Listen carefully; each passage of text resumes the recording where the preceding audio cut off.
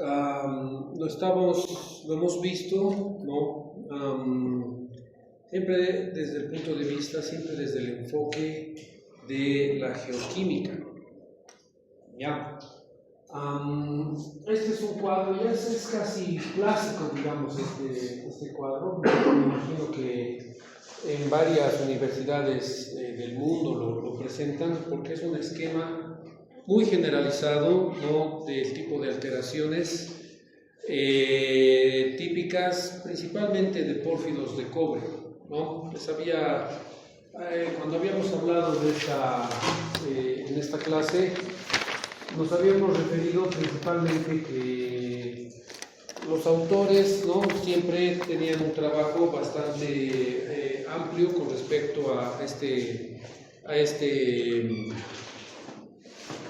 tipo de alteraciones, a este tipo de ambientes, ¿ya? Y habíamos hecho la distinción de que algunos tipos de alteración son exclusivos de los pórfidos de cobre, mientras que otros son mucho más amplios, ¿no?, mucho más generalizados, ¿no? También les había explicado de que nosotros, digamos, principalmente en la cordillera, esta es la cordillera oriental, ¿no?, tenemos un cinturón que se conoce como el cinturón de estaño, ¿no?, el Tin Belt. Entonces, el cinturón de estaño es bastante, digamos, único, ¿no?, y diferenciado con respecto podríamos llamar un cinturón de cobre, ¿no?, que está presente, digamos, tanto en Chile como en Perú, y ahí se sitúan los pórfidos de cobre, ¿ya? Sin embargo, digamos, este tipo de clasificaciones se puede observar en otros cinturones orogénicos, inclusive en rocas más antiguas, ¿no? El precámbrico también tiene tanto asociaciones ricas en estaño como asociaciones ricas en cobre, ¿ya? Entonces, tener, digamos, unos reconocimientos de ciertas características diagnósticas ayudan para entender, digamos, qué tipo de mineralización nosotros estamos. No quiere decir que en Bolivia no tengamos manifestaciones de cobre, en realidad sí lo tenemos, ¿no? Toda la parte de Corocoro principalmente es una zona cuprífera, y a lo largo del altiplano también existen, digamos, manifestaciones, minas de cobre, ¿ya? Principalmente en el norte, pero no de la magnitud como están presentes en Chile, ¿ya? Ustedes les había dicho que esto más o menos tiene esa influencia, digamos, asociada a los pórfidos de cobre, pero no exclusivamente. Entonces, para poder guiarnos con este gráfico, en primer lugar tenemos una aproximación, digamos, de la profundidad, ¿no? Esto en función de la temperatura, ¿no? Alta temperatura, dicen, ¿no?, la alteración hidrotermal profunda, con mayor temperatura, y baja temperatura, ¿no?, la alteración hidrotermal más superficial, ¿no? Entonces tenemos argílica avanzada en la parte superior del sistema, ¿no? Ahora, cuando yo digo sistema, generalmente se considera al sistema hidrotermal un conjunto, ¿no? También les había indicado que a medida que estos magmas van diferenciándose, ¿no?, hay una parte magmática y hay una parte hidrotermal, que es la parte que evoluciona en los últimos estadios, digamos, de la cristalización. Entonces ahí se desarrolla el sistema hidrotermal con la alteración hidrotermal, ¿ya? Entonces, en la parte superior tenemos la alteración argílica avanzada.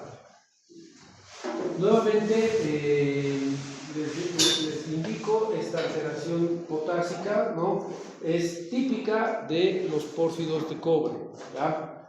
No la tenemos, digamos, expuesta en Bolivia hasta la fecha, ¿no?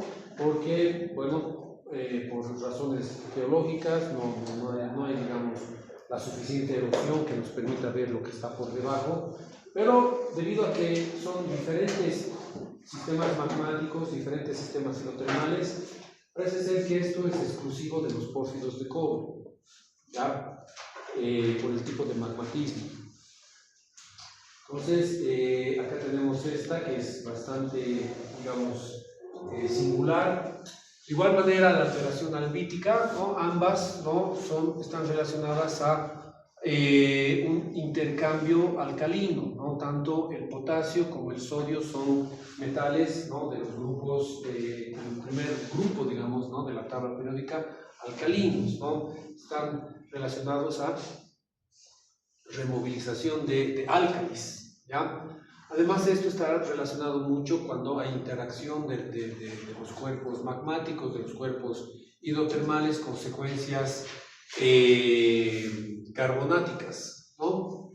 Entonces, es una configuración bastante particular, ¿ya? Principalmente digamos, la removilización de tipo alcalino. El resto es sui generis, ya es generalizado. Eso sí, lo podemos caracterizar para cualquier tipo de alteración hidrotermal. ¿Ya? Entonces, tanto la alteración sericítica, argílica intermedia y propilítica, ¿no? Están presentes, ¿no? Son bastante comunes en cualquier tipo de yacimiento hidrotermal. Entonces, esas son las que a nosotros nos interesa principalmente, ¿ya? Y tenemos en la parte superior la alteración argílica avanzada, que está relacionada a la parte volcánica, ¿no? Tendríamos como una parte plutónica, una parte intermedia, ¿ya? Esta parte intermedia puede ser superficial también, y la parte superior, ¿no? La parte epitermal también, que se denomina, o donde tenemos los equivalentes volcánicos, ¿no? La parte de equivalentes volcánicos, entonces vamos a tener lavas, vamos a tener ignimbritas, ¿no? Depósitos volcano-sedimentarios, ¿no? Todo eso relacionado al volcanismo superficial. Y en la parte profunda vamos a tener pórfidos, ¿no? Vamos a tener rocas graníticas, ¿no? Rocas subvolcánicas, ¿no? Que caracterizan la parte profunda del sistema magmático. Y estas son las partes intermedias a superficiales, ¿no? Podemos ver también en superficie alteración sericítica, alteración propilítica, muy común, ¿ya? Entonces, todo depende del tipo de química que tenga el fluido hidrotermal, ¿no? Ya sea ácido o sea más de tipo alcalino, ¿no? El tipo de solución hidrotermal y el tipo de roca de caja que esté interactuando, ¿no? O sea, si son rocas, el extremo es que sean rocas calcáreas, donde existe alta reacción, ¿no? Hay mayor cantidad de elementos que pueden dar lugar, digamos, a formación de minerales, ¿no? de carácter cálcico, ¿ya? Si por el contrario son rocas más inertes, ¿no? Por ejemplo, cuarcitas, areniscas, ¿no? Entonces no hay mucho que reaccione. Entonces, todo depende de la interacción de estos fluidos hidrotermales con la roca de caja. Entonces, eso es por un lado. Por el otro, como pueden ver, y esto es lo que nos interesa desde el punto de vista geoquímico, es la movilización, ¿no? La movilización de los cationes, ¿ya? Para cada tipo de alteración, entonces, podemos ver ganancias y pérdidas, ¿ya? Entonces, cuando estamos hablando de ganancias, es la adición, ¿no? De estos átomos, ¿no? O moléculas, debido a las reacciones, ¿no? De las soluciones hidrotermales, ¿no? Por ejemplo, cuando hablamos de ganancia de hidrógeno, bueno, va a haber, digamos, reacciones de hidrólisis, reacciones de hidratación, ¿no? Que van a destruir, digamos, los minerales originales, tanto de la roca magmática como la roca de caja, y van a dar lugar a otros minerales, ¿no? Estamos viendo que la alteración en sí es un proceso de no metamorfismo propiamente dicho, ¿no? Pero más o menos sigue las mismas características. Hay transformación de minerales, ¿no? Son procesos irreversibles, ¿no? No pueden volver a la naturaleza original. Entonces, por ejemplo, ganancia de potasio, de azufre, de sulfato, de sílice, dióxido de carbono, que va a dar lugar a la formación de estos minerales, ¿no? Y bueno, la ganancia está relacionada al flujo, ¿no? O sea, al paso de soluciones hidrotermales, ¿no? Estos conductos entonces aprovechan la presión, ¿no? La presión hidrostática que va a fracturar la roca, por lo tanto, entonces, bueno, las soluciones hidrotermales se van a esparcir, ¿no? Desde venitas, venillas, ¿no? Hasta vetas, ¿no? Hasta stopworks, que se denominan, ya son redes de entramado, digamos, de vetillas, que generan todo un volumen, ¿no? De roca alterada, ¿ya? Entonces la ganancia se refiere a eso. Y la pérdida, ¿ya? Debido, ¿no? Nuevamente a la movilidad de los cationes, ¿no? Aquellos cationes, aquellos iones, aquellos elementos que tienen gran movilidad, entonces van a ser reemplazados, ¿no? Como podemos ver, pérdida de sodio, calcio y magnesio, ¿no? Metales alcalinos, alcalino-térreos.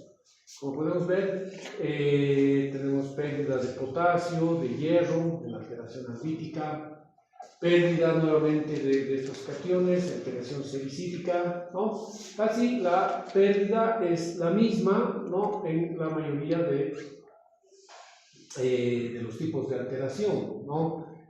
Sodio, calcio, magnesio, hierro y potasio se pierden, ¿no? El sodio, el calcio de las plagioclasas, o sea, las plagioclasas son destruidas, ¿no? Debido al flujo de la alteración hidrotermal. El potasio de igual manera, ¿no? O sea, en los feldespatos son los principales minerales que son afectados por alteración hidrotermal, ¿ya?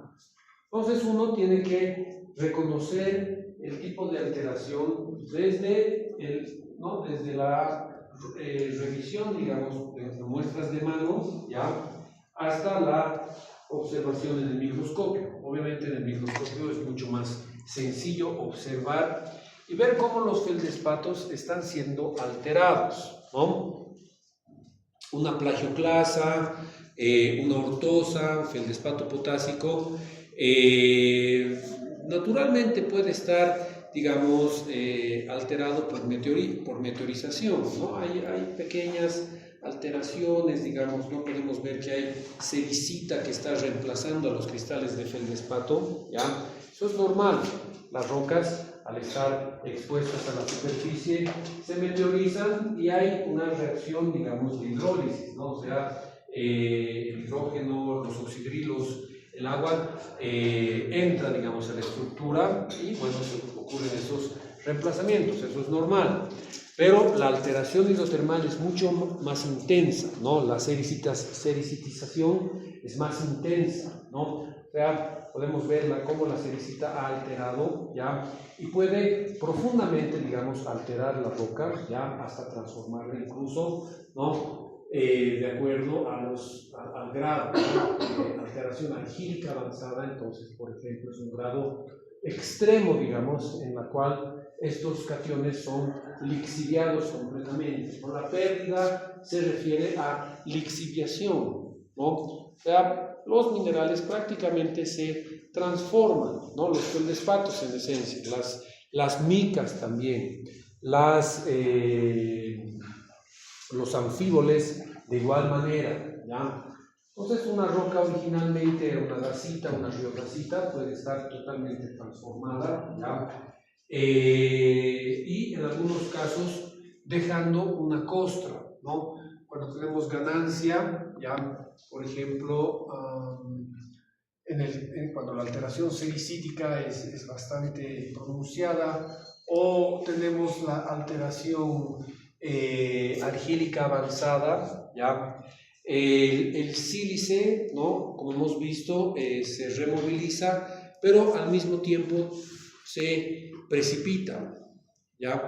Una estructura muy típica de la alteración argílica avanzada es una costra silícea, ¿no? Extremadamente dura, ¿ya? En donde se puede observar pirita, ¿no? Diseminación de sulfuros, ¿ya? Los feldespatos han sido completamente removilizados, ¿no? O sea, tanto el sodio, el calcio, el sodio, el calcio, el potasio, estos son completamente removilizados y se queda una costra, ¿no? Eso se denomina VAGI, ¿no? B-U-G-G-I, Vugicílica, ¿no? Vagicílica. Entonces es una guía de exploración que nos indica que ha habido paso de alteración hidrotermal y ha dejado el sílice como una costra, ¿ya? Y ha removido a los elementos, ¿no? Elementos relativamente fáciles de transportar, ¿ya? Entonces tenemos diferentes características, como decimos, ¿no? En función de la profundidad, de la temperatura, ¿no? La alteración también, ¿no? La actividad, digamos, ¿no? Del hidrógeno, ¿ya? El pH también tiende a hacerse más ácido, ¿no? Hacia la zona superficial y hacerse más alcalino hacia la zona más profunda, ¿no? Entonces hay una relación de pH, hay una relación de temperatura, ¿no? De profundidad. Y para cada tipo de alteración hidrotermal podemos observar minerales diagnósticos que se forman, ¿ya? Vamos a nombrar los más importantes porque, como podemos ver, ya todo depende de las reacciones, ¿no? En el caso de la alteración potásica podemos ver el feldespato potásico, ¿no? En esencia, ¿no? La biotita, ¿ya? Muy importante, ¿ya? Podríamos hablar de estos dos, ¿no? De los más. Adicionalmente, acá nos está indicando, ¿no? El tipo de sulfuros, ¿no? Calcopirita, bornita, diogenita, pirita, ¿no? Pirrotina, molibdenita, ¿ya? Todo esto también forma parte, ¿no? Porque la alteración hidrotermal está de la mano con la mineralización, ¿okay? Entonces la alteración potásica está relacionada, digamos, a esta presencia de biotita, feldespato potásico. En el caso de la alteración albítica, no hay ejemplos conocidos, o por eso yo no los conozco acá en Bolivia, ¿no? Tenemos plagioclasa sódica, ya epidoto, ya podemos ver, digamos, esfena. Claramente el gráfico nos está mostrando los minerales en negrillo, está acá, ¿no? O sea, se nota cuáles son los más importantes que han sido reconocidos. En el caso de la alteración sericítica, ¿no? Sericita, variedad fengítica, es una variedad de, digamos, hidromuscovita o sericita, ¿ya? Obviamente el nombre nos está indicando, ¿no? El tipo de mineral característico, la clorita, ¿ya? Entre otros, ¿no? Ahí pueden ver que se forman otros minerales, ¿no? Estamos nombrando los más importantes. La alteración argílica intermedia, ya comenzamos a ver minerales, ¿no? De tipo minerales de la arcilla, ¿no? Minerales arcillosos, porque ya la alteración argílica ya es mucho más intensa, ¿no? Comienza a aparecer caolinita, monmorillonita, ya son arcillas, son silicatos complejos en su composición química, ¿no? En donde el componente hidratado es bastante importante, ¿no? O sea, ya la roca está fuertemente transformada a arcilla, ¿ya?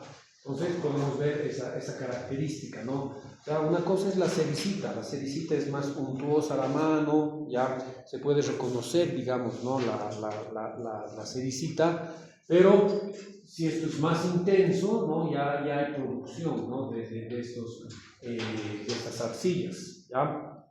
La doctora Ceballos van a ver seguramente, ¿no? Cómo estas arcillas también tienen una utilidad industrial, ¿no? Cuando hay alteración hidrotermal importante, la arcilla también en sí es un material, digamos, aprovechable, ¿no? Y hay muchos ejemplos, bueno, ya les voy a explicar con más detalle, digamos, cuando la alteración ha dado lugar, digamos, a depósitos, ¿no? Depósitos minerales. La alteración propilítica, ya entonces les había indicado que tiene un rasgo fundamental, ¿no? Genera minerales verdes, ¿no? Epidoto, clorita, ya, principalmente clorita y epidoto son minerales que dan esa coloración, ¿ya? Ambos son silicatos, ¿no? Ferromagnesianos, ¿ya? La alteración propilítica está muy relacionada a la removilización de estos metales, ¿no? Por eso tenemos este doble triángulo que está relacionado, ¿no? También eso me había olvidado decirles, ¿no? Al hierro, ¿no? A los álcalis, al calcio y al aluminio. Entonces, todo está relacionado a el tipo de mineral que se está formando, ¿ya?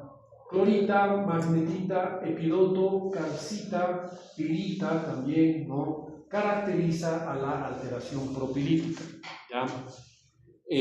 Cuando las rocas ígneas son dacitas, ¿no? O sea, las dacitas tienden a tener una gran cantidad de biotita, ¿no? De biotita principalmente, hornblenda, ¿no? Entonces, a veces las rocas tienden a ser un poquito más máficas, por ejemplo, ser andesitas, ¿ya?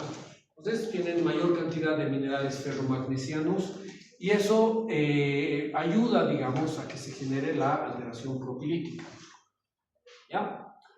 Y por último tenemos ahí la alteración argílica avanzada, ¿ya? Entonces, de acuerdo a su quimismo, ya está muy enriquecida, digamos, con sulfatos, ¿ya? Podemos ver ahí azufre, ¿no? Es importante. El pH, ¿no? Tiende a ser un poco más ácido. Y la alunita es el mineral diagnóstico, ¿no? Principal, ¿ya? La alunita, entonces, es un sulfato de aluminio y suele tener cantidades de potasio, ¿no? Entonces, ese es un mineral diagnóstico, ¿no? Parecen escamas, ¿no? Escamas de pescado inclusive, ¿no? Alguna vez han visto en la trucha, ¿ya? O en algún pescado, digamos, las escamas tienen esa formita, ya he podido ver la alteración.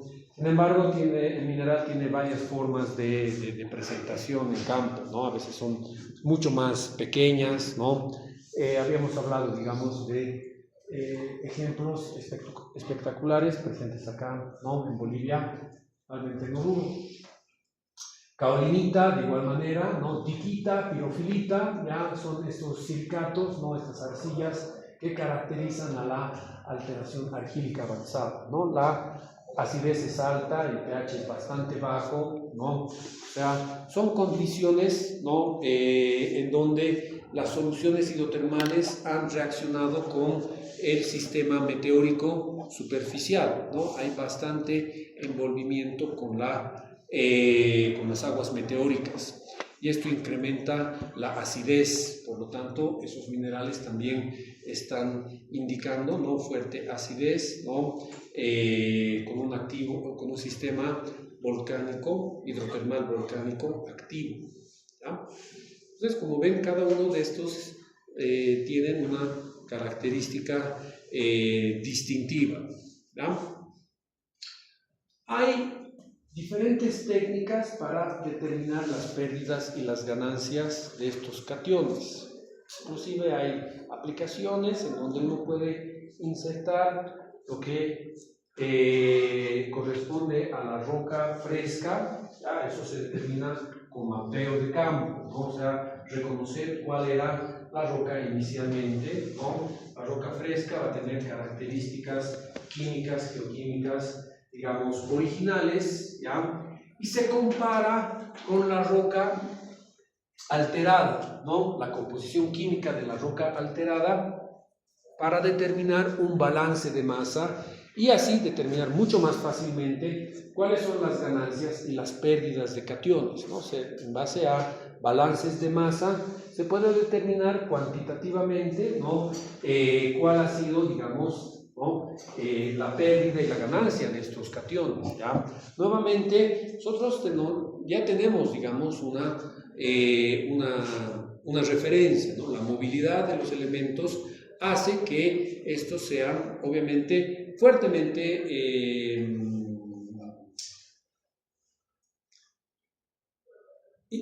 afectados, digamos, ¿no? Por los fluidos hidrotermales, ¿no? Mientras más móvil es este elemento, entonces, bueno, más fácilmente se va a transportar, ¿ya? Yo tengo una investigación muy interesante, cómo a partir de la alteración hidrotermal, ¿no? O sea, los elementos se van removilizando, ¿no? Desde el ambiente volcánico, ¿no? Subvolcánico, hasta el ambiente supergéneo y ambiente superficial. Es muy posible que este proceso dé lugar al enriquecimiento de yacimientos evaporíticos, ¿no? O sea, es un flujo, es un sistema geodinámico, ¿no? Que tiene su raíz, digamos, ¿no? En los cuerpos magmáticos hasta el enriquecimiento, digamos, ¿no? En estas cuencas evaporíticas, ¿no? La sericita es bien importante, ¿no? La sericitización, de acuerdo a mi hipótesis, digamos, ¿no? Pero en fin, como ven, eso sería, digamos, esta parte de alteraciones hidrotermales, ¿no? Típicamente yo les puedo preguntar, por favor, describan las características, ¿no? De la alteración propilítica, ¿no? Describan las características de la alteración alquílica avanzada, ¿ya? Entonces, ¿cuáles son las características? Las características van a ser en función de la profundidad, ¿no? El tipo de minerales que se forman, ¿ya? Los minerales diagnósticos y desde el punto de vista geoquímico, ¿no? Las ganancias y pérdidas de cada uno de estos rasgos, ¿no? De alteración, ¿ya? Para no quedarnos solamente con el tema de los pórfidos de cobre, les he incluido, ¿no? nuestro Timbero, ¿no? El yacimiento de... ¿Dónde era eso? Oruro, ¿no? San José, ¿no? El yacimiento de San José, como pueden ver, son rocas subvolcánicas, ¿no? O sea, más o menos tiene la fisonomía, ¿no? de un complejo subvolcánico mioceno, creo que son más o menos 18 millones de años, y es una intercalación de domos volcánicos, ¿no? Sucesiones, rocas piroclásticas, ¿ya? Y lavas, ¿ya? Entonces, este complejo, ¿no? Y no solamente sino todos los cuerpos subvolcánicos que caracterizan, ¿no? La cordillera oriental principalmente, ¿ya?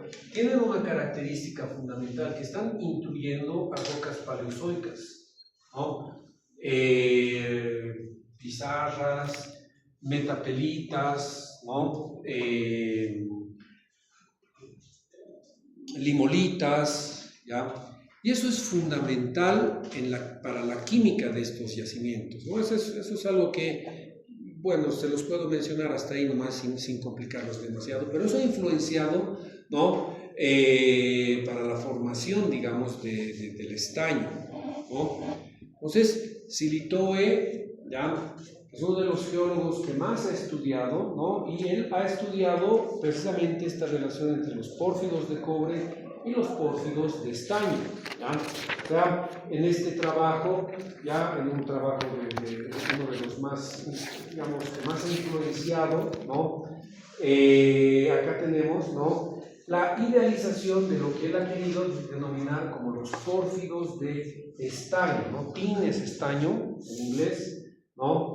usando las características de la provincia de estaño de Bolivia, ¿no? Fíjense que uno de los fundamentos, ¿no?, más importantes es el, ¿no?, que estos cuerpos han intruido, digamos, ¿no?, a rocas paleozoicas, ¿no?, principalmente ordovícicas y silúricas, son metapelitas, ¿ya?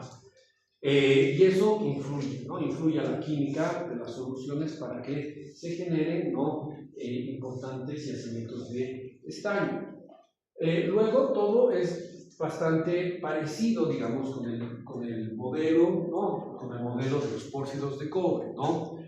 Brechas hidrotermales es fundamental. Estas brechas, ¿no?, entonces son roca fragmentada tanto de el cuerpo magmático como de la roca de caja, no es una mezcla, son fragmentos angulosos, ya pueden ser visibles, digamos, ¿no?, a simple vista, que debido a la presión, ¿no?, de los fluidos hidrotermales, ¿no?, se han producido, ¿no?, estas explosiones, ¿no?, ese brechamiento, digamos, ¿no?, debido a que estos fluidos hidrotermales tienen gran cantidad de agua, dióxido de carbono, etc., ¿no?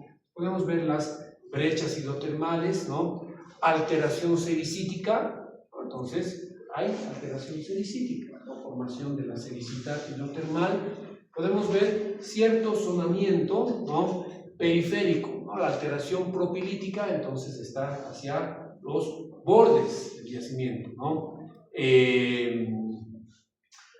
Tenemos la alteración argílica, ¿no?, hacia la parte superficial, ¿no? Entonces, eso, como ven, también es una característica común entre los pórfidos de cobre y los pórfidos de estaño, ¿no? O sea, lo que predomina los pórfidos de estaño, ¿no? La alteración argílica e inclusive la alteración, como estamos viendo en el depósito de San José, argílica avanzada hacia la parte superficial, ¿no? O sea, en el ambiente subvolcánico a volcánico, ¿no? Incluso hablan que de acuerdo a la fisonomía, ¿no?, del edificio volcánico, ¿no?, si da lugar a cráteres, ¿no?, a la generación de un cráter, generalmente los cráteres tienen un lago ahí, ¿no?, o sea, por lo que es hueco, ¿no? Entonces eso influencia, ¿no?, o sea, ese sistema hidrotermal, ¿no?, y la mezcla con aguas meteóricas, con aguas superficiales, también influencia a la química de la alteración hidrotermal, ¿no? O sea, favorece a la alteración argílica avanzada, ¿ya? Cuando los volcanes son muy empinados, ¿no?, y no tienen esa estructura, digamos, de cráter, entonces también va a estar reflejado en el tipo de alteración. Puede ser reconstrucciones, ¿no?, de edificios que nunca están así bonitos, ¿no? A veces están bien erosionados o muy fuertemente alterados. Entonces, el tipo de alteración nos dan criterios para la reconstrucción de los edificios volcánicos, ¿ya? Cerro Bonete, el Cerro, el Cerro Rico de Potosí,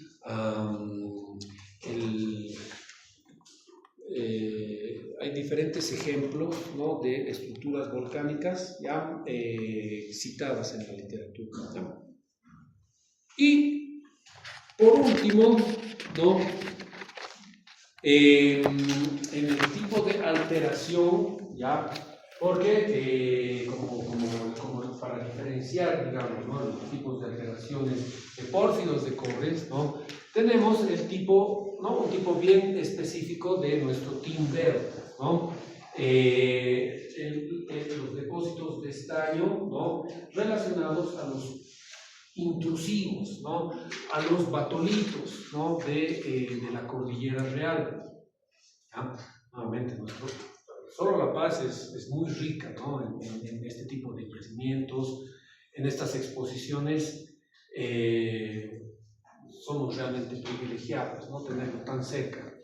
Como pueden ver, ahí en este trabajo es relativamente, bueno, ya no es tan nuevo, pero relativamente, ¿no?, del 2024, podemos ver los granitos intruyendo, ¿no?, al ordovícico, ¿no? Entonces, esa es una característica fundamental en nuestros tipos de yacimiento, ¿no? Que estos granitos o estos cuerpos magmáticos están intruyendo a rocas tanto ordovícicas como devónicas, ¿ya? Estas son metapelíticas. Influencian en la química del sistema hidrotermal. Entonces acá se observa un tipo de alteración también que es bastante típico, ¿no? de este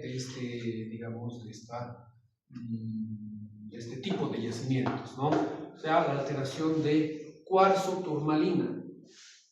¿Ya? La turmalina es un silicato, ¿no? Es un silicato que tiene boro, tiene berilo, ¿ya? Es un silicato que está muy enriquecido en elementos de tipo, en mineralogía los van a caracterizar mejor, neomatolítico, ¿no? O sea, de carácter, digamos, elementos, si quieren, más volátiles, ¿no? Elementos que caracterizan, ¿no? Las fases fluidas a fases vapor, digamos, de la alteración hidrotermal. Entonces, el cuarzo, ¿no? Es también bastante difundido, ¿ya? Cuarzo, estas zonas de Greisen, ¿no? Caracterizadas por enormes cristales de muscovita, ¿ya? Y cuarzo, ¿no? Cuarzo, muscovita, turmalina, ¿ya? Y pequeñas manchas de casiterita con tungsteno, ¿ya? Es un tipo de alteración asociada a los batolitos, ¿no? Brechas, como pueden ver, ¿no? Acá unas fotos muy bonitas, ¿no? Tenemos la formación Catavi, ¿no? Metareniscas y lutitas en contacto con las brechas, ¿no? Brechas hidrotermales, ¿ya? Cementadas por turmalina, ¿ya? O sea, es un tipo de alteración, es un tipo de configuración característica. Acá podemos ver cuarzo arenitas, ¿no? De la formación Catavi, del silúrico, ¿no? Con halos de alteración ricos en turmalina. La turmalina entonces está formando estas venillas, ¿no? Venillas de cuarzo con casiterita, ¿ya? Entonces es un tipo especial nuevamente. ¿Ya? Entonces, sí, muchas gracias. Sí. Ahora lo comprendo. Muy bien. A ver, ¿qué más? Sí, yo tenía otra duda. Era de por qué por ejemplo, los anfíbolos como la orblenda, el aluminio reemplaza el silicio si sus radios iónicos son distintos, o sea, no son iguales, y la resta mayor a 15%. Y tampoco sus cargas son similares. Ya. Ok, a ver, me vas a ayudar un poco, porque la orblenda, ¿no? Los anfíboles son silicatos que tienen ciertos elementos traza, ¿no? Vamos a ver, usa tu copilot, a ver, preguntarle la fórmula química de la orblenda. ¿Tienes datos?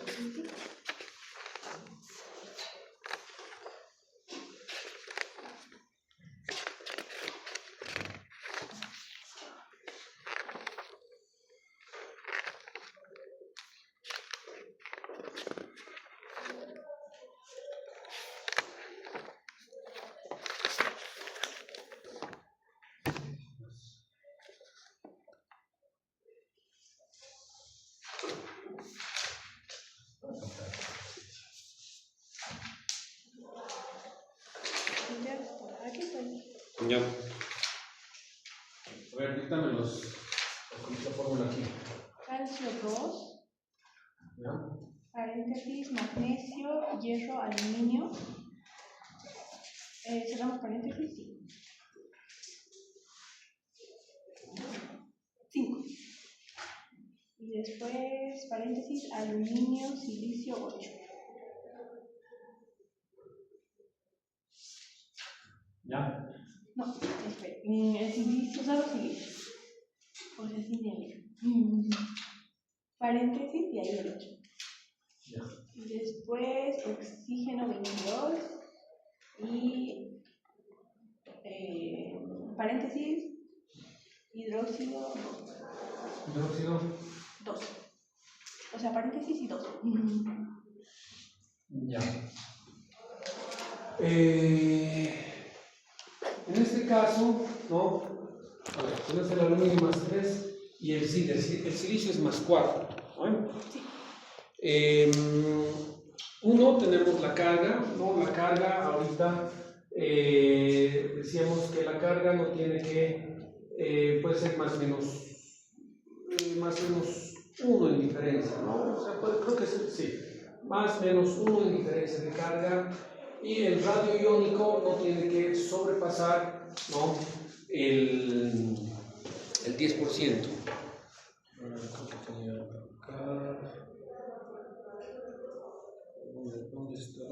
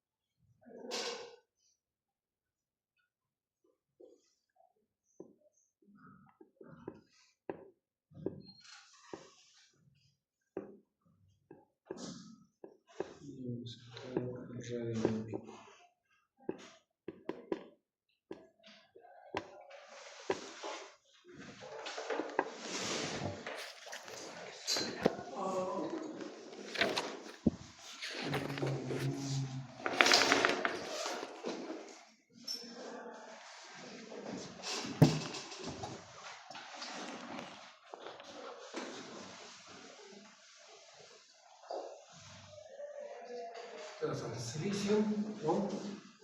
Al metales en transición, como podemos ver acá, ¿no? Silicio y aluminio. Tenemos el número atómico, ¿no? Está con escala directamente referenciado, ¿ya? Esto no tiene que sobrepasar, digamos, al 10%, ¿ya? Bueno, ahí no tenemos los valores numéricos. A ver, radio iónico del aluminio, radio iónico del silicio. En coordinación 8, ¿no? Tiene que estar coordinado de acuerdo con un número de coordinación de 8. ¿Puedes buscar en tu copiloto?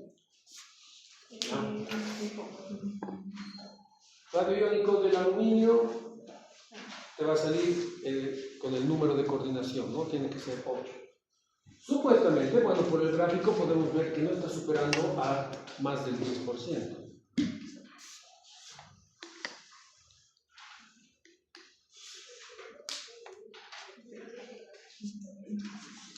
En fin, el hecho de que ya esté acá, ¿no? Ya nos está indicando que está formando parte, digamos, del mineral, ¿no? O sea, es un elemento fundamental en realidad, ¿no? Y sí reemplaza, ¿no? Va a reemplazar en los tetraedros, ¿no? que se están formando de silicio y oxígeno, ¿ya? El aluminio directamente lo reemplaza al silicio. Entonces,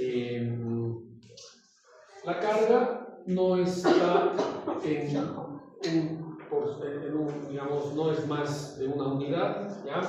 Y bueno, el radio iónico no está reemplazado, estamos diciendo aproximadamente, no tiene que sobrepasar al 10%, ¿no? Y esto va a garantizar de que el equilibrio químico sea restaurado, ¿ya? Ahora, tu observación es casi fundamental en uno de los, digamos, de las técnicas usadas, ¿no?, con respecto a esta, ¿no?, a este grado, digamos, de reemplazamiento, ¿ya? Poco a poco, a pesar de que el estudio de Goldschmidt, ¿no?, nos daba unos parámetros, ¿no?, como hemos visto, él ha enunciado sus leyes, digamos, en los años 30, ¿no? Con el paso de los años, ¿no?, se ha visto que no solamente tanto el radio iónico como la carga, como la electronegatividad influencian a los reemplazamientos, sino que también parámetros como la presión y la temperatura también influencian, ¿ya? No he querido, digamos, incluir eso porque es un poquito más, es complicarles, pero bueno, o sea, esa es la realidad. La presión y la temperatura también influencian, ¿ya? De tal manera que a medida que aumenta la presión, ¿ya?, la concentración del aluminio, ya, digamos, ¿no?, el aluminio más 3 por el silicio, ¿ya?, también se incrementa. O sea, a mayor presión, mayor aluminio, ¿no?, mayor cantidad de aluminio va a entrar, ¿no?, a la composición de la horblenda, ¿ya? O sea, ahí hay una relación casi directa.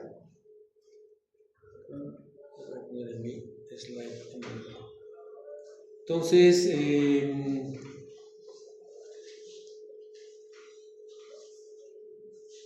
¿no?, mayor presión, mayor aluminio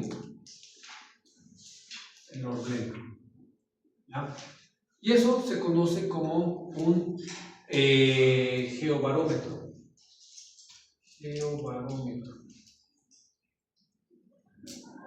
¿Ya?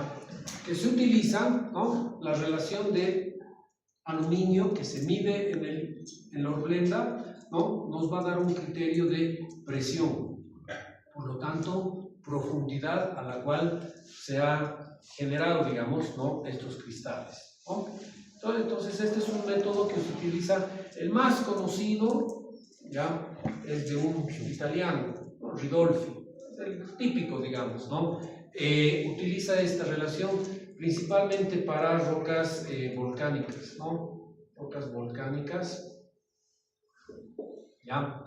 Entonces, ha observado precisamente ese parámetro, ¿ya? Es muy interesante. Hay otras técnicas, digamos, para otro tipo de rocas, ¿ya?, pero las relaciones no son tan directas. La composición química, entonces, guarda esa estrecha relación, ¿no? Entonces, a mayor presión, mayor aluminio, mayor profundidad, ¿ya? Entonces, no sé si tienes ¿has podido encontrar los radios? Si me sale de aluminio, perdón, Sí. 0,67. ¿Ambos? Sí, ambos. Sí. Y de aluminio me sale, de silicio me sale 0,54. 0,54. ¿Ya? Entonces acá 0,54 dividido entre 0,67.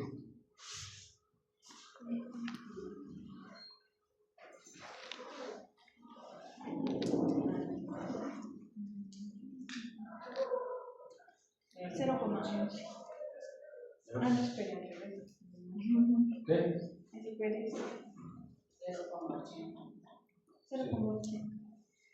0,80, ¿no? O sea, hay aproximadamente un 20% de diferencia, ¿no? Sí, acá estamos sobrepasando el 10%, ¿ya? Obviamente el aluminio, digamos, está entrando, ¿no?, hay una competencia, no están en un equilibrio, digamos, estequiométrico, ¿no? Entonces, seguramente el magnesio y el hierro ahí van a complementar, ¿no? Ahí es donde, ¿no?, Goldschmidt nos dice que tiene que haber equilibrio, se tiene que conservar, digamos, ¿no?, el balance de cargas en este caso. Entonces, el aluminio está ahí, pero no está entrando completamente, digamos, no está cómodo, digamos, en la celda metálica, pero podemos estar seguros que sí hay aluminio, ¿no? Entonces, obviamente, estas reglas, ¿no?, o sea, no son tan tácitas, ¿no? Acá estamos hablando de aproximadamente un 20% de diferencia en el caso del aluminio, ¿ya?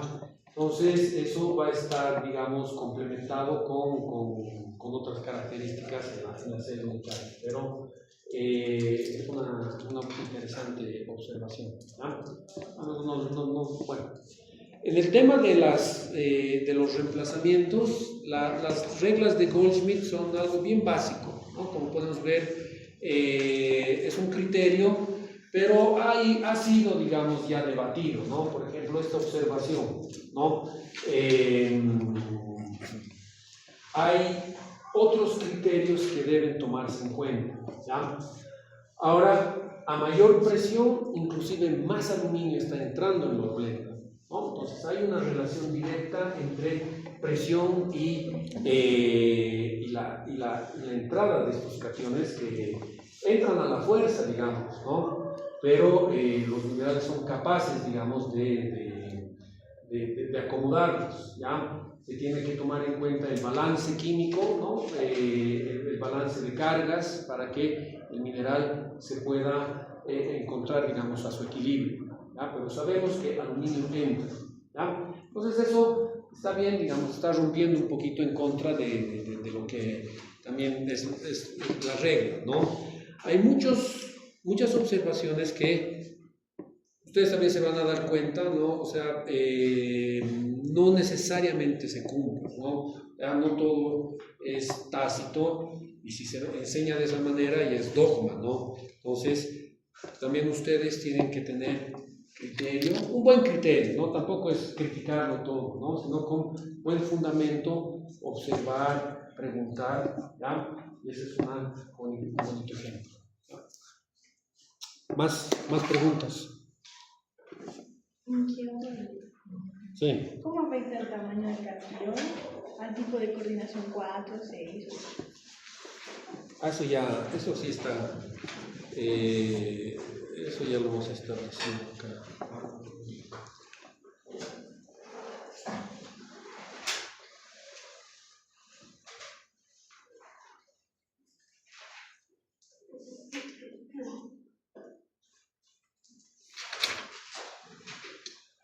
Es que no se ve bien acá. No se ve si se ve mejor.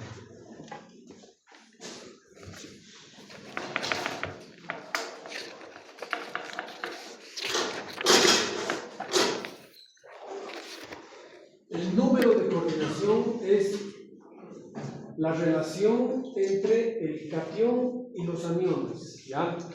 El anión por excelencia, ¿no?, generalmente es el oxígeno, ¿ya? Este es el anión que nosotros tomamos en cuenta. Entonces, generalmente los cationes tienen menor radio iónico que el anión, por eso están acá más chiquitos, ¿ya? Entonces, la relación es, podríamos decir, a mayor el radio iónico del catión, ¿ya?, mayor el número de coordinación. Esa es la relación directa, ¿no? Por ejemplo, ahí tenemos un anión que está, ¿no?, en un número de coordinación 2, ¿no? Como podemos ver, el radio iónico del catión es más pequeño. Para un número de coordinación, digamos, una relación de un catión por 3 aniones, ¿ya? Entonces acá nos está diciendo, ¿no? El el catión tiene que tener, digamos, aproximadamente un 15%, ¿no?, del radio del anión. Ya las proporciones me están indicando. Para un número de coordinación 4, un catión por 4, este es generalmente la configuración de los tetraedros, ¿no?, los tetraedros de sílice por 4 oxígenos, ¿no? Entonces, no, perdón, eso, digamos, en un espacio bidimensional cronológico. Entonces tenemos que el catión tiene un 41% del radio del anión, ¿no? La relación nos está indicando acá la proporción del catión a los aniones, ¿no? Número de coordinación 4. La mayoría de los de las coordinaciones, acá podemos ver ya nuevamente, ¿no?, número de coordinación 2, número de coordinación 3, en el caso tridimensional, ¿no? Este es el número de coordinación 4, pero este es tetraédrico, ¿no? O sea, en el otro caso era, digamos, bueno, parecido a este, ¿no? Un cuadrado planar, dice que es diferente que un tetraedro, ¿no? El tetraedro ya es tridimensional. Esta es la coordinación 4, ¿ya? Y generalmente, por ejemplo, en el caso de la horblenda, ¿no?, es un número de coordinación 8, ¿no? Un catión por 8 oxígenos, ¿ya? Entonces es un cubo, entonces un número de coordinación tridimensional, ¿ya? Acá podemos ver, digamos, un número de coordinación 12 cuando tenemos, ¿no?, los oxígenos ya dispuestos, ¿no?, de esta manera, ¿no?, al medio de los lados del cubo. ¿Por qué importa todo esto, no? Estas relaciones seguramente las van a ver con más detalle nuevamente con la doctora Ceballos, ¿ya? Porque el conocimiento de la configuración atómica de estos elementos es fundamental para saber el tipo de elemento, ¿no? O sea, esto está calibrado en función de los aparatos de medición que contamos, ¿no? El aparato de difracción de rayos X, ¿no?, entonces está basado principalmente, ¿no?, en el conocimiento de la configuración, ¿ya?, de los sólidos iónicos, ¿no? Entonces, el reconocimiento de los elementos, que es fundamental, ¿no?, en química, en geoquímica y en geología, en función de estas características, ¿no?, que son una propiedad de todos los sólidos. Por eso importa, ¿ya? Entonces, eso es bien importante saber por qué nos interesa. ¿Ok? Entonces, acá tenemos, ¿no?, el radio, acá tenemos, ¿no?, el radio iónico, acá lo que acabamos de terminar, ¿ya? En Armstrongs, ¿no?, la relación, ¿no?, el índice del radio, ¿no?, o sea, la relación del catión con respecto al radio iónico del oxígeno, ¿no?, porque la mayoría de los cationes están combinados con oxígeno, ¿no?, en los silicatos. Entonces tenemos el número de coordinación, ¿ya?, observada, y el número de coordinación, digamos, de manera teórica, en esta tabla, ¿ya? Entonces, ya sabemos cuándo es un número de coordinación 6, ¿no?, cúbica, número de coordinación 8, ¿no?, digamos, una coordinación cúbica tridimensional, ¿no?, 12, ¿no?, en los dodecaedros, ¿ya? Tetraedros, coordinación 4, ¿no? Como podemos ver, el sílice y el aluminio bastante parecidas, ¿no? Ahí están en competencia, ¿no? Están en competencia con valores, ¿no?, más allá de lo que predecía, digamos, Goldschmidt, ¿no? Su radio iónico un 10%, o perdón, un 20% mayor, ¿ya? Fíjense, el radio iónico de los elementos potasio, de los elementos alcalino-térreos, ¿no? El radio iónico es mayor, ¿no? Entonces, el radio iónico, fíjense con estos metales, ¿no? Típicos metales que también entran en las redes cristalinas de los silicatos, ¿no? Hierro, vanadio, cromo, titanio, magnesio, litio, ¿no? El litio, el metal alcalino más liviano, ¿ya? Entonces tienen el radio iónico más pequeño, ¿no? Estos tienen el radio iónico más grande. Y hemos dicho que el radio iónico grande también es un aspecto fundamental que dicta el movimiento, ¿no? Dicta la movilidad del elemento, ¿ya? Al tener una valencia 1 y un radio iónico grande, entonces forman parte de los elementos móviles. Movilidad de los elementos, ¿no? A diferencia de elementos de radio iónico más pequeño, pero gran carga, ¿no? Esos tienden a ser más inmóviles, ¿no? O sea, la configuración de estos elementos es tan resistente que nos sirve, digamos, como un parámetro que puede resistir, digamos, la alteración hidrotermal hasta cierto punto, inclusive el metamorfismo, ¿no? La memoria geoquímica de los elementos inmóviles, entonces, es fundamental para reconocer las composiciones originales de rocas muy antiguas que hayan sido sujetas a metamorfismo, ¿no? O alteración hidrotermal, que hablábamos, ¿no? Cuando hablábamos de isótopos, ¿no? O sea, aquellos factores geológicos que sean capaces de abrir el sistema, ¿no? Y producir pérdidas, ¿ya? En el caso del potasio es bien importante porque eso el potasio es bastante móvil también, ¿no? Tanto el argón como el potasio son móviles y eso hablábamos en el tema de los isótopos. ¿Ok? ¿Más preguntas? Jóvenes, acá solo sus compañeros nomás tienen preguntas. ¿Sí? Doctor, quería preguntarle si puede explicar otra vez la formación de los elementos pesados. ¿Cómo se forman los elementos pesados? Sí. Muy bien, la nucleosíntesis, ¿no? Hemos hablado de la nucleosíntesis.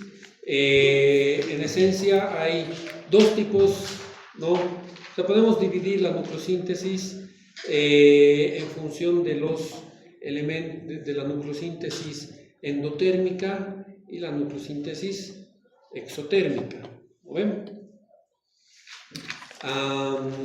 La que está relacionada al endotermismo, digamos, ¿no? Está relacionada a aquellos elementos que se forman en el interior de las estrellas, ¿no? Por eso es endotérmico, es un proceso endotérmico, ¿no? O sea, un proceso que se genera en ese sector y está relacionado, ¿no? A la fusión, ¿no ven? Mientras que los procesos exotérmicos están relacionados a la fisión, ¿no? O sea, a la separación de núcleos.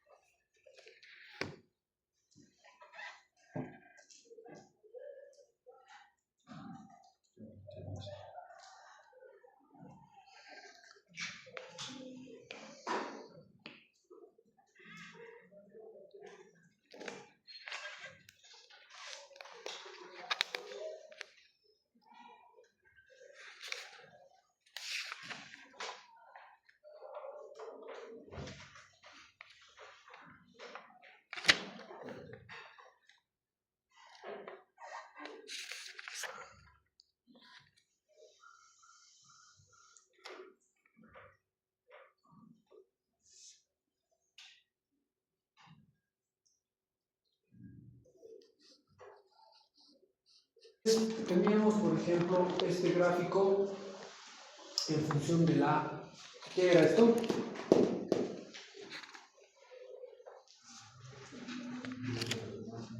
¿Ah? La fuerza ligante por función. Exacto, ¿no? La energía ligante, ¿ya? Y acá tenemos el número de masa.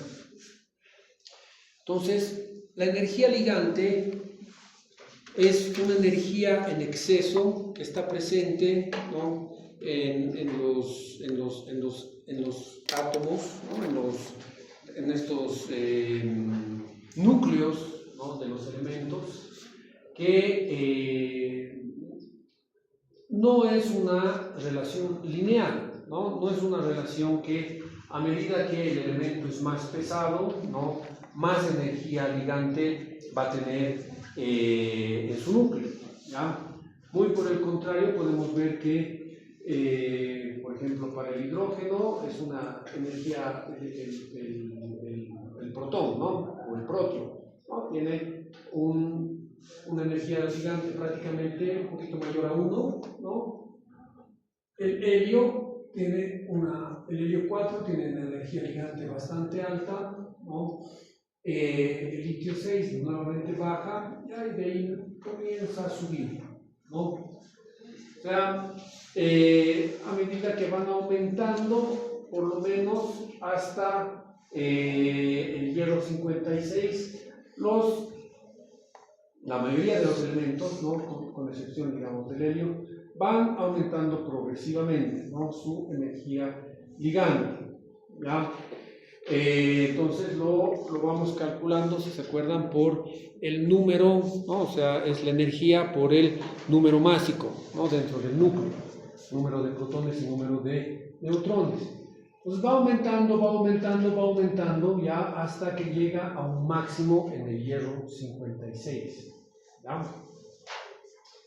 Entonces, la observación hecha hasta ahora, ¿no? de observaciones astronómicas, observaciones de los espectros, ¿no? de los espectros de luz que están en relación a los elementos que están presentes en las estrellas visibles en el universo, ¿no?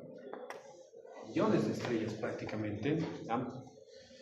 Nos indica que los elementos presentes en estas no pueden ser más pesados que el hierro, ¿ya? O sea, las estrellas son capaces de generar por nucleosíntesis o por procesos de catalización, ¿no? O sea, hemos visto que pueden, digamos, inclusive usar otros elementos como una especie de ayuda para generar elementos más pesados, ¿ya? Pero tienen un límite, ¿no? Por eso acá decimos que el hierro 56 es el límite entre fusión, ¿no? Fusión de elementos, ¿no? Estos elementos que se funden y generan cada vez elementos más pesados, un proceso en el interior de las estrellas, ¿ya? Pero que tiene un límite hasta el hierro 56. Y la pregunta era, bueno, de ahí en adelante, entonces, estos elementos más pesados, ¿ya? ¿Cómo se forman? ¿No? Entonces, por un lado, hay muchos elementos que tienen, digamos, que son mucho más pesados que el hierro 56. Por ejemplo, el uranio, ¿no? El uranio, el bismuto, el plomo, ¿no? ¿De cómo se han formado? ¿De dónde vienen? Si las estrellas, ¿no? Que son el gran volumen, digamos, de cuerpos que están en el universo observable, ¿no? Y son capaces de generar hasta este tipo de elementos. ¿Cómo se forman los otros elementos? ¿Ya? Además, podemos ver que a medida de que van aumentando, ¿no? el número de masa, estos elementos tienen una tendencia a tener menor energía ligante, ¿no? En su núcleo. Eso también es fundamental, porque estos elementos, a pesar de ser más pesados, ya tienen menor energía de ligación en su núcleo, ¿ya? Entonces, además de ser elementos pesados, ¿no? son elementos que podríamos decir que son un poco más inestables, ¿no? Al tener menor energía ligante, ¿ya? Entonces, ahí hablamos de los procesos que han dado lugar, digamos, a los elementos, bueno, principalmente los más pesados. Acá tenemos la formación de los elementos ligeros, ¿no? Y acá podemos comenzar a hablar de elementos un poquito más pesados, ¿no? Hasta el hierro 56, ¿no? Decíamos que masas de 32, 36, 40, 44, 48, 52, 56 son más comunes, tienen mayor número de isótopos, ¿no? O sea, porque están relacionados al proceso de fusión, generalmente adición de, ¿no?, de helio, partículas alfa, no son, digamos, múltiplos, ¿no? Están yendo de 4 en 4 porque están siendo adicionado el helio, que tiene un número másico de 4, ¿ya? Entonces, todo esto está relacionado, digamos, a la nucleosíntesis estelar, ¿ya? Hasta el hierro 56, todo perfecto, ¿no? Entonces, el gráfico de, digamos, la temperatura, ¿no? La temperatura de la estrella, la masa o la densidad, ¿ya? Entonces, tiene un límite, ¿no? Estrellas masivas, ¿no?, gigantes, pueden producir, digamos, ¿no?, átomos pesados, pero que no van más allá del hierro 56. Entonces, hasta ahí lo hemos entendido, ¿ya? Entonces, primera observación, enriquecimiento de neutrones. Hemos hablado de esto también cuando hablábamos de isótopos, ¿no? Los elementos en la tabla total, digamos, ¿no?, de isótopos, que tiene todos los elementos presentes, ¿no?, o la mayoría de los elementos conocidos hasta ahora, están enriquecidos en neutrones. ¿No ven? Si tuvieran una relación directa entre neutrones y protones, entonces estarían, ¿no?, en una línea de 45 grados, ¿no?, una relación 1 a 1, pero no lo están. A medida que los elementos van aumentando el número másico, ¿ya? Van aumentando el número de neutrones en su núcleo, ¿ya?, para un número dado de protones, ¿no? Hay un incremento. Mientras más pesados son los elementos, más neutrones tienen. Entonces, estos elementos pesados, que son los elementos que están más allá del hierro 56, todos tienden a tener un mayor número de neutrones en su núcleo, ¿ya? Entonces, ha habido un enriquecimiento de neutrones. Y nuevamente, como les decía en esas clases, ¿no?, este es el dato observado, ¿ya? El resto son las hipótesis que podemos decir, o muchas de las hipótesis que han sido, digamos, probadas ciertas, ¿no?, donde se lleva a cabo este enriquecimiento de neutrones, ¿ya? Entonces, eso ya sabíamos. ¿Dónde se enriquecen? ¿Dónde decíamos que se enriquecen? ¿Ah? En los elementos pesados. Claro, pero ¿dónde se enriquecen estos elementos pesados? ¿No? Dos procesos. El proceso R y el proceso S, ¿ya? Entonces, ¿cuáles son los procesos que enriquecen? Uno es el proceso lento, slow, y otro es el proceso rápido, ¿ya? Entonces, en el proceso lento, ¿no?, los elementos van, digamos, movilizándose en esta tabla, ¿no?, de elementos, ¿ya?, a través de un enriquecimiento lento de neutrones, ¿ya?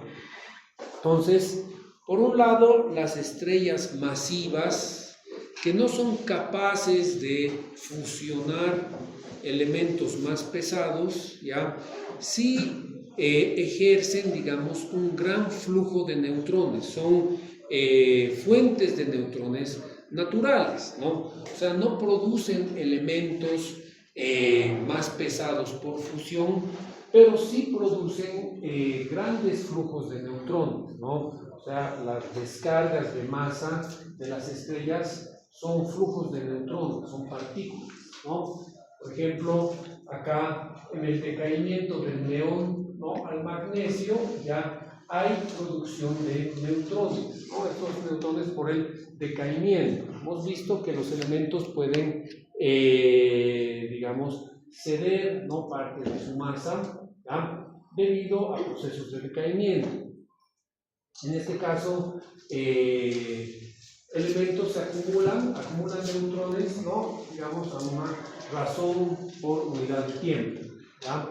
Entonces, las estrellas masivas, principalmente, ¿no?, cuando ya han dejado de quemar hidrógeno, comienzan a quemar helio, entonces producen un gran flujo de neutrones, ¿ya?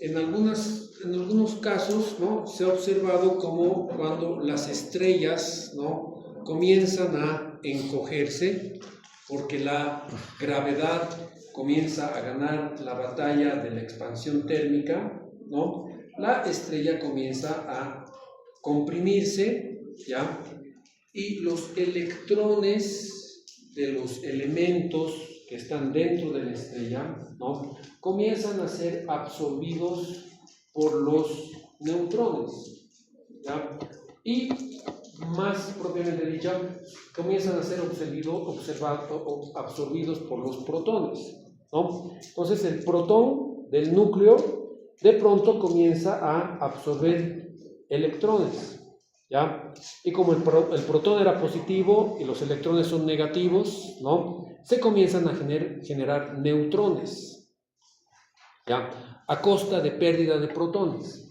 Esto es lo que se conoce como las estrellas de neutrones. No sé si alguna vez han escuchado. Son cuerpos celestes, ¿no?, que obviamente están a millones de años luz, digamos, de distancia, o miles de años, pero existen en el universo estas estrellas de neutrones. Son sumamente densas, ¿no?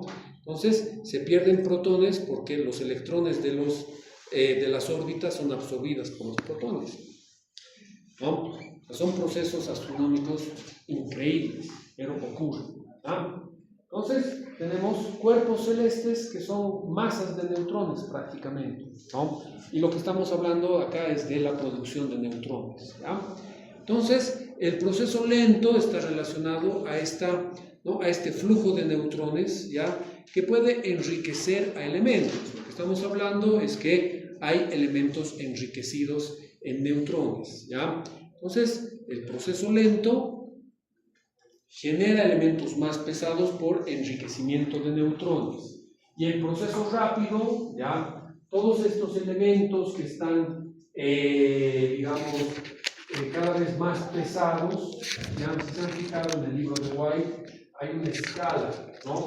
Entonces nos muestra cómo los elementos más pesados están cada vez más adentro en las estrellas, ¿no?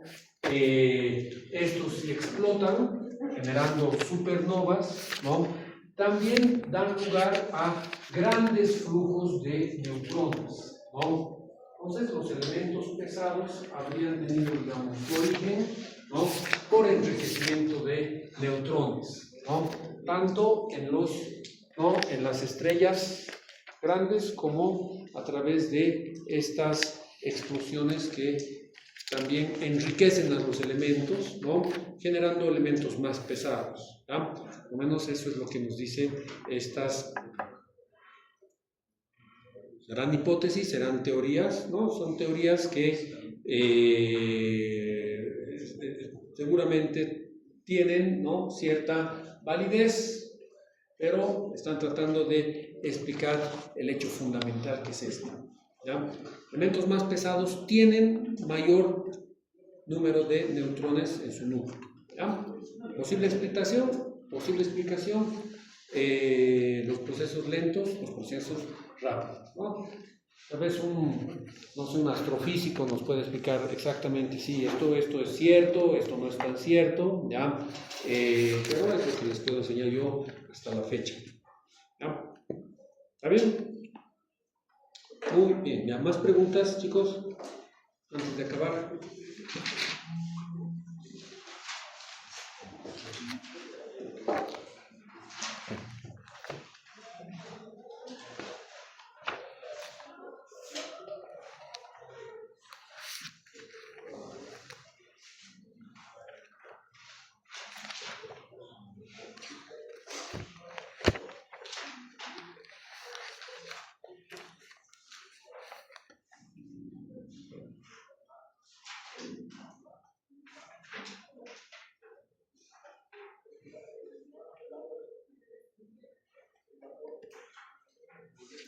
¿No tienen preguntas? Sí. ¿Qué es sobre la fusión y fisión nuclear?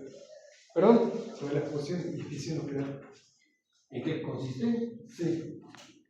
La fusión nuclear, entonces, es cuando dos núcleos, ¿no? A pesar de tener, porque son núcleos de los mismos elementos, siempre tienen tienen la misma carga, se repelen, ¿no? Entonces, en las estrellas, esta repulsión natural, digamos, se vence. Entonces, se fusionan, ¿no? Y generan núcleos más pesados. Por eso fusión es, digamos, sinónimo de unión, ¿vale? Fusión. Mientras que fisión es el proceso contrario, es cuando un núcleo se separa, ¿ya? En el caso de las supernovas, de las explosiones, entonces, núcleos más pesados, digamos, son desintegrados por la violencia de la explosión, ¿no? Y, bueno, sus neutrones son expulsados, digamos, ¿no? Es fisión, ¿no? La fisión nuclear también es la que desencadena la bomba atómica, ¿ya? Porque ahí un neutrón es, digamos, disparado, ¿ya? Y como los átomos de uranio son tan inestables, ¿no? Su energía ligante es menor, entonces se libera, ¿no? Entonces la fisión es la separación. Fisión, separación. La fusión es la unión, ¿ya? ¿Ya? Las bombas atómicas son terribles, ¿no? No solamente genera mucha energía de destrucción, sino que los isótopos son esparcidos y siguen produciendo radiación, como podemos ver, por miles, incluso cientos de miles de años, ¿no? O sea, es un desastre ecológico increíble, ¿no? Parece que estamos a puertas de eso, ¿no? Con la locura de la gente. Pero es la diferencia, ¿no? Fisión, fusión, ¿no? La fusión se lleva a cabo en la nucleosíntesis estelar, ¿ya? La fisión, ¿no? Se va a llevar a cabo, digamos, en la explosión, ¿no? Explosión de supernovas, ¿no? La nucleosíntesis, hablábamos acá tipos de nucleosíntesis.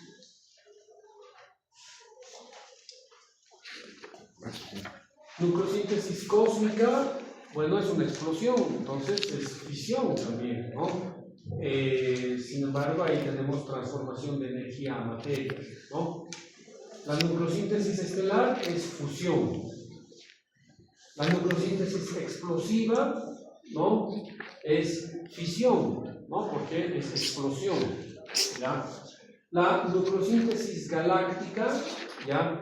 Es cuando estos flujos de energía, ¿no? De estos rayos cósmicos, que es lo que llaman los físicos, también producen fisión, ¿no? Los elementos son bombardeados por materia y la masa del núcleo también es afectada, ¿no? Entonces se producen elementos más livianos a costa de elementos más pesados, ¿no? Pues prácticamente todos son fisión. Fisión, fisión, fisión. El único que es fusión en realidad es la nucleosíntesis estelar. ¿Ya?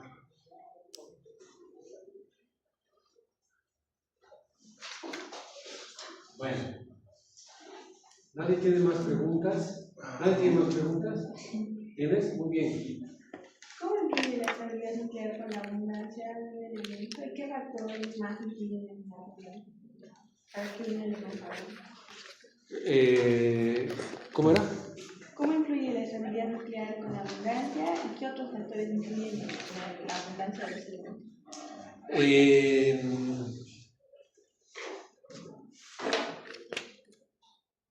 Ya, a ver, ahí podemos. ¿Dónde está nuestra abundancia?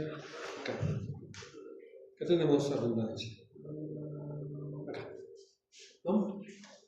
Entonces, Acá tenemos, ¿cuál es el elemento más abundante? Hidrógeno. El hidrógeno, ¿no? El hidrógeno y el helio. Y por un lado tenemos los elementos más abundantes y por otro lado tenemos picos y valles, ¿no? Los elementos más abundantes están en los picos, los elementos menos abundantes están en los valles, ¿ya? Entonces, a partir de eso podemos inferir la abundancia de los elementos, ¿no? En primer lugar, hemos dicho que los elementos más livianos, ¿no?, son los más abundantes. ¿Por qué?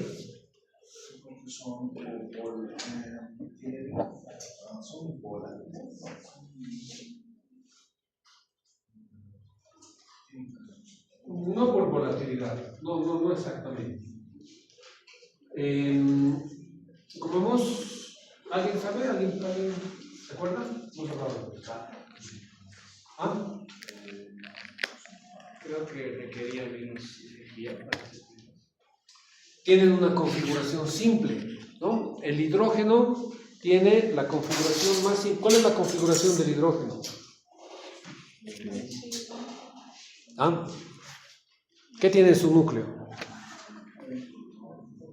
Tiene un protón y en sus orbitales un electrón, ¿no? Entonces este es el elemento más fácil de producir, ¿ya? Las estrellas están hechas de hidrógeno, el universo está hecho de estrellas, la gran mayoría de la masa del universo es, no sé si la gran mayoría, pero una parte casi esencial del universo son las estrellas, ¿no?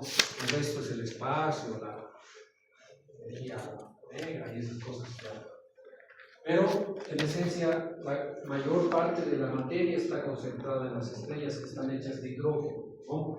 Entonces, a pesar de que la teoría del Big Bang, como bien les he dicho, está un poquito debatida, se supone que ha habido un momento en el cual este Big Bang ha ocurrido y ha producido, ¿no?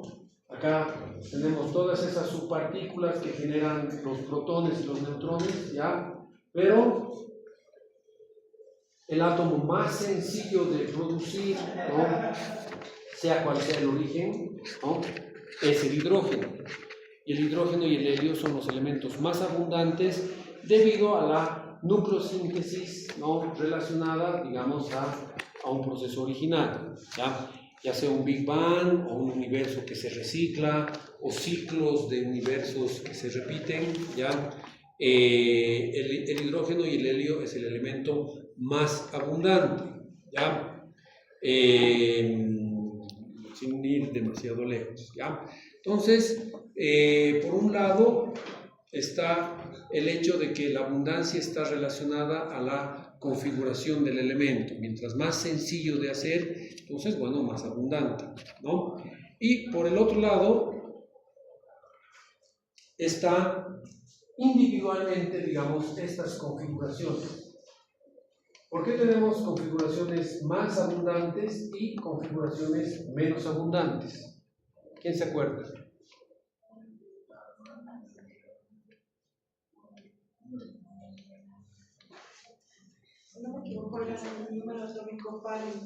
Exacto, ¿no?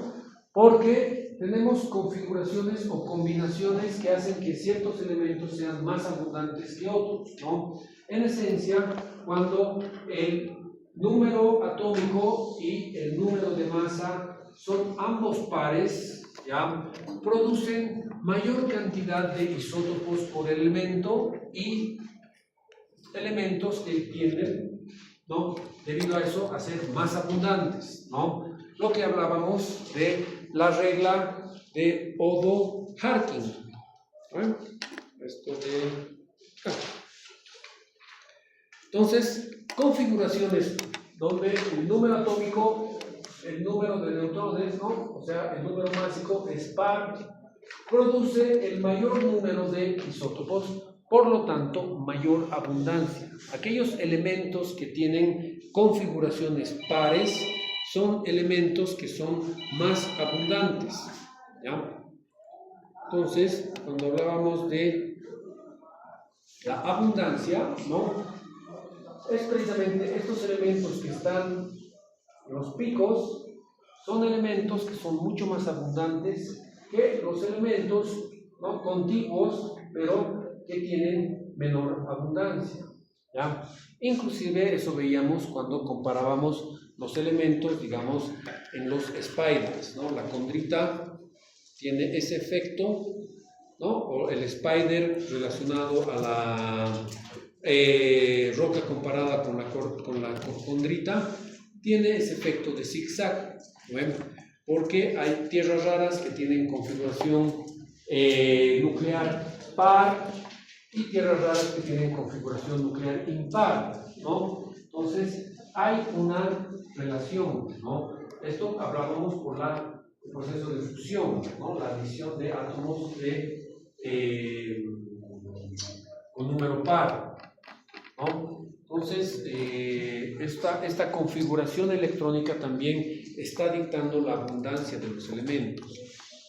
Y esto lo podemos ver también a nuestra escala familiar, ¿no? Sabemos que hay elementos que son más abundantes que otros, ¿no? O sea, en la misma masa del planeta, debido a su configuración, ¿ya? Entonces, esos dos serían dos parámetros fundamentales que estarían dictando la abundancia de los elementos, ¿ya?, en el sistema solar, por lo tanto en el universo, ¿ya? Doctor, una consulta. ¿Cuál sería una roca total de... ¿De qué? ¿Cuál sería una roca total de isocrona? La isocrona para roca total. Sí. Es que para hacer la isocrona, ¿no?, tú necesitas que haya resolución, o sea, que la razón de rubidio, digamos, sea un poquito diferente para que te dé puntos, ¿no?, con diferentes valores de X, ¿ya? Entonces, tú tienes dos opciones. O lo haces, agarras una roca y separas minerales, ¿no? Por ejemplo, separas micas, separas feldespatos, puedes separar, bueno, si pudieras, aunque sería muy complicado, digamos, zapatitos, ¿no? Todos tienen pequeñas concentraciones, ¿no? O tienen diferentes, mejor dicho, diferentes concentraciones de rubidio, ¿ya? En este caso, las micas van a tener, digamos, una concentración de rubidio, los feldespatos van a tener mucho más rubidio, ¿ya? Y el apatito va a tener menos rubidio, ¿no? Todos los minerales tienen diferentes concentraciones porque, obviamente, el rubidio entra, ¿no?, entra con el potasio, ¿no?, según estas leyes de Goldschmidt, en diferentes proporciones, ¿no? Todos los minerales tienen diferentes capacidades, digamos, de obtener rubidio. Y por lo tanto el rubidio decae, como hemos visto, a estroncio, ¿no?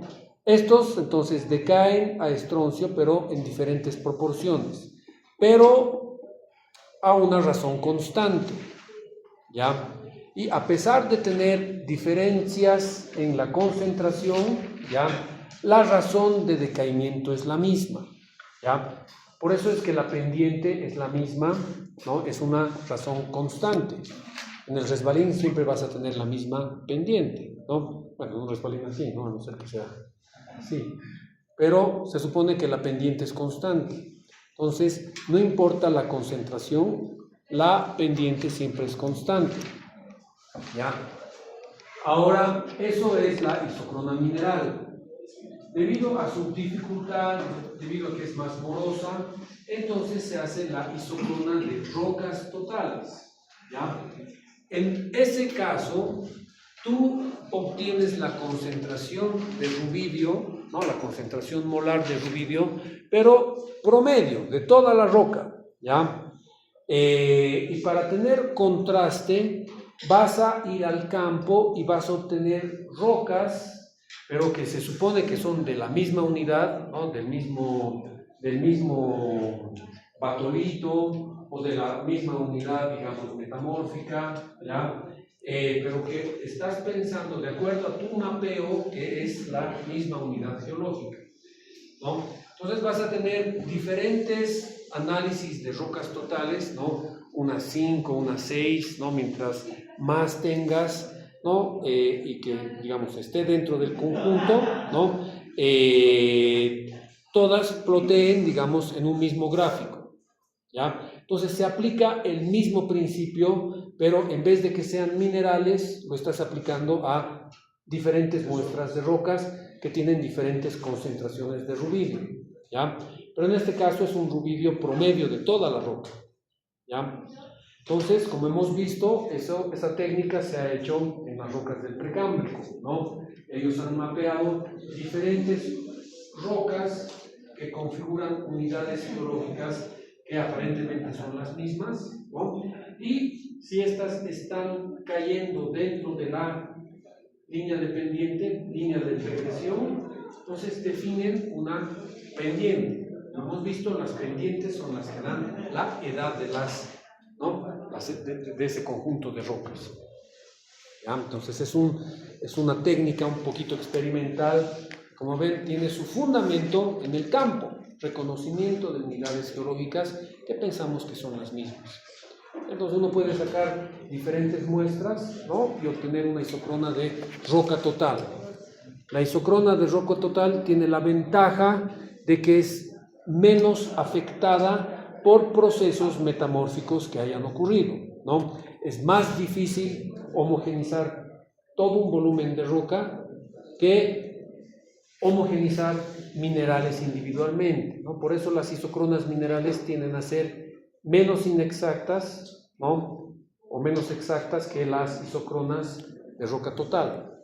La roca total es más estable en eso, ¿no? Es más difícil abrir el sistema isotópico de una roca total que abrir el sistema isotópico de minerales, ¿no? Los minerales pueden ser afectados, ¿no? Por eso decíamos que hay diferencia entre la isocrona mineral con respecto a una isocrona de roca total.